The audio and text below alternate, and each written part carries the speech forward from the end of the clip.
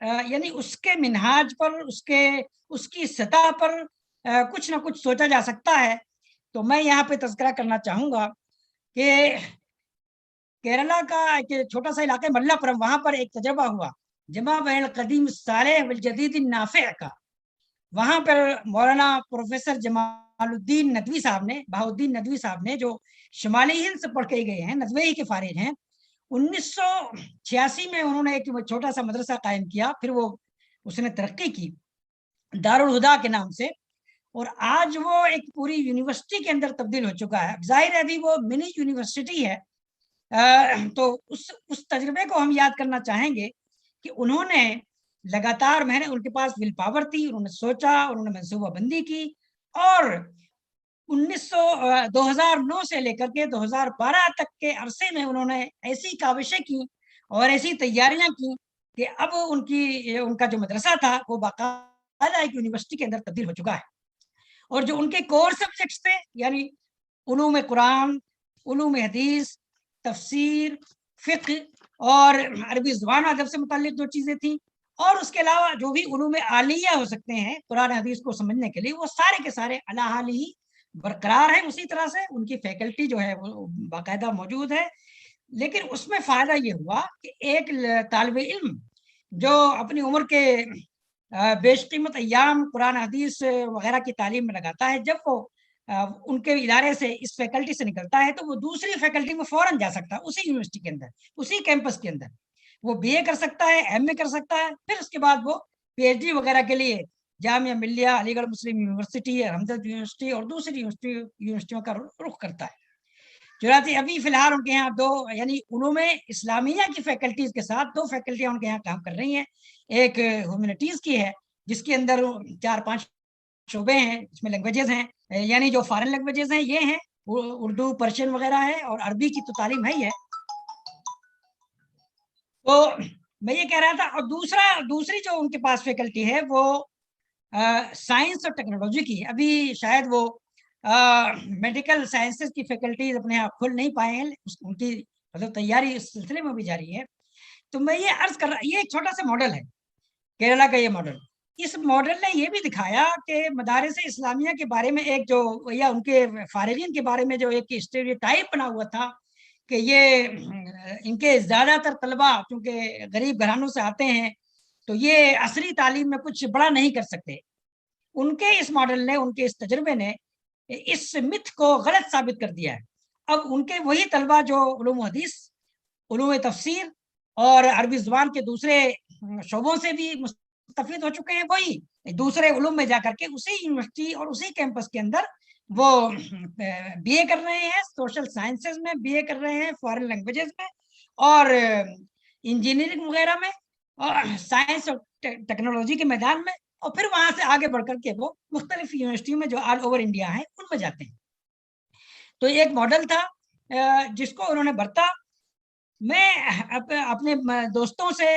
اور اپنے بزرگوں سے کی توجہ یہاں پر مستفید کرنا چاہوں گا کہ ایک چھوٹا سا ماڈل یہ ہے. ضروری نہیں ہے کہ ہم اپنے مدارس میں اس ماڈل کو ہو بہو اپنائیں، لیکن ہم اس سے استفادہ کر سکتے ہیں، ہم اس کو دیکھ سکتے ہیں جا کر کے، ہم اس کو آبزرو کر سکتے ہیں کہ انہوں نے یہ کیسے کیا. اور اگر اس کی ضرورت ہے تو ہمارے پاس دارالعلوم دیوبند ہے، ہمارے پاس مظاہر علوم سہارنپور ہے، ہمارے پاس ندوۃ العلماء ہے، ہمارے پاس جامعۃ الفلاح اور جامعہ سلفیہ اور اس طرح کے مدارس، بڑے بڑے مدارس ہیں جن کے پاس اپنے کیمپسز ہیں، جن کے پاس بڑی لائبریریاں ہیں، جن کے پاس ہزاروں کی تعداد میں طلبہ ہیں. تو یہ مدارس بھی اگر اس ماڈل کو اپنائیں تو مجھے یقین ہے کہ مدارس اسلامیہ کے طلبہ کو جو فراغت کے بعد، عالمیت کے بعد جو زبردست دشواریاں پیش آتی ہیں عصری مضامین کو اختیار کرنے میں، وہ خاصی حد تک کم ہو جائیں گی. تو یہ تو ایک ماڈل ہے، میں اس کو کہتا ہوں کہ یہ پلان اے ہے. اگر ہم اس پر توجہ کریں، ظاہر مدارس کے علماء حضرات اور متممین جو ہیں وہ بہت جلدی سے اس کو لاگو کرنے پر، اس کو اختیار کرنے پر تیار نہیں ہوں گے. تو ایک پلان بھی یہ ہو سکتا ہے کہ جس طرح علی گڑھ مسلم یونیورسٹی نے اپنے یہاں برج کورس کھولا اور ان کی دیکھا دیکھی پھر مانو میں وہ کھولا گیا، پھر ہمدرد میں کھولا گیا، پھر جامعہ ملیہ میں اس تجربے کو شروع کیا. لیکن پھر بھی یہ جو کورسز برج کورسز کے نام سے کام کرتے ہیں، اس میں زیادہ سے زیادہ ایک یونیورسٹی 100 50 یا 200 اتنے طلبہ کو لے سکتی ہے، جبکہ مدارس اسلامیہ سے ہر سال ہزاروں کی تعداد میں عالم اور فاضل نکل رہے ہیں، عالمات نکل رہی ہیں، اور ان میں سے سینکڑوں ہوتے ہیں اس بات کے خواہش مند کہ وہ جدید تعلیم گاہوں میں، جدید یونیورسٹیوں میں، جدید کالجوں میں جائیں اور اپنی یعنی اس لائن پر آگے بڑھیں، اپنی فیوچر کو تلاش کریں۔ تو دوسرا پلان بھی اس کا یہ ہو سکتا ہے کہ یہ جو بڑے مدارس ہیں جن کا میں نے نام لیا، خود اپنے یہاں بیچ کورس کے تجربے کو دہرائیں اپنے کیمپسز میں، یعنی دارالعلوم دیوبند، ندوۃ العلماء لکھنؤ، یہ 2 بڑے کیمپس ہیں، اگر یہ اپنے کیمپس کے اندر بیچ کورس کا ایک تجربہ کریں، وہاں اپنے طلبہ کو جو عصری مدارس عصری علوم کی طرف آنا چاہتے ہیں اس کی طرف راغب ہوں، وہاں ان کو اگر وہ 1 سال کوچنگ کرا دیں، 6 مہینہ کوچنگ کرا دیں اس مختلف جدید علوم کی، تو اس کے بعد پھر جو ہمارے طلبہ ہیں جن کو بڑی دشواریاں پیش آتی ہیں فراغت اور عالمیت کے بعد، وہ جب وہاں سے آئیں گے تو ان یونیورسٹیوں میں ڈائریکٹ وہ BA میں جا سکیں گے، اور پھر ان کے لیے چونکہ تھوڑی بہت انگریزی جان چکے ہوں گے، سائنس وغیرہ کے، سر سوشل ذرا سائنسز وائنڈ اپ وغیرہ کر کے، لیں تو مہربانی ہوگی، وقت جی میں بہت اپنی بات ختم کر رہا ہوں، میرا آخری نقطہ ہے، تو وہ ان چیزوں کو وہیں پر حاصل کر کے آ چکے ہوں گے، جدید علوم کی شدود کافی حد تک ان کے پاس ہوگی، تو وہ پھر جب جامعات میں پہنچیں گے تو ان کو اتنی زیادہ پریشانیاں جو اب لاحق ہوتی ہیں یہ لاحق نہیں ہوں گی۔ یہ بات بالکل بہت ضروری ہے کہ مدارس اسلامیہ کے بہتر فیوچر اور تعاونات مستقبل کے لیے ہم اس بات کی کوشش کریں کہ تمام مدارس کا ایک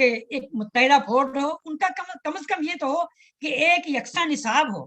اور یکساں تعلیمی پیریڈ، تعلیمی مدت یکساں ہو۔ اب کیا ہوتا ہے کہ مختلف مدارس کے اندر جو ہے فراغت کی اور عالمیت کی جو مدت ہے وہ مختلف ہے، اس کی وجہ سے پھر ان کی اسناد کو تسلیم کرنے میں بھی دشواری ہوتی ہے، اور وہاں سے جو طلبہ تعلیم حاصل کرنے کے بعد یعنی فاضل ہونے کے بعد یا عالم ہونے کے بعد نکلتے ہیں تو ان کو ایج کا ڈفرینس ہوتا ہے، مختلف مسائل پیش آتے ہیں، پھر یہ مسائل کم سے کم ہوں گے۔ تو کم سے کم اگر مدارس جو میں نے پہلے ماڈل کی طرف اشارہ کیا اس طرف نہ بھی جائیں تو کم سے کم یہ تو کریں کہ جتنے بھی مدارس ہیں ان کا ایک بورڈ بن جائے متفقہ، اور وہ بورڈ جو ہے سب کو اسناد جاری کرے، متفقہ اسناد ہو، اور وہ اسناد جو ہے وہ گورنمنٹ سے وہ اس کو تسلیم کرائے، تو اس طرح سے اسناد میں ایک ثانیت پیدا ہو جائے گی۔ اس طرح سے جو مدارس کے طلبہ عالم ہو کر کے، فاضل ہو کر کے، عالمہ ہو کر کے، فاضلہ ہو کر کے وہ کسی یونیورسٹی میں آئیں گے، پھر وہاں سے وہ اپنے لیے مختلف کورسز کی طرف وہ جا سکیں گے۔ میں سمجھتا ہوں یہ اقدامات فوری اور ضروری ہیں، ان کے بغیر ہم کسی اچھے فیوچر کا، کسی اچھے مستقبل کا مدارس اسلامیہ کے لیے کی توقع نہیں کر سکتے۔ اور میں امید کروں گا کہ میرے بزرگ دوست بھی اور نوجوان ساتھی بھی جو میری اس بات کو سن رہے ہیں انشاءاللہ ان باتوں کو مزید آگے بڑھائیں گے، مزید اس کو ڈیولپ کریں گے، مزید اس آئیڈیا کو ایکسپلور کریں گے، اور بس اسی پر میں اپنی گفتگو ختم کرتے ہوئے آپ سے رابطہ ہوتا ہوں۔ وآخر دعوانا الحمدللہ رب العالمین۔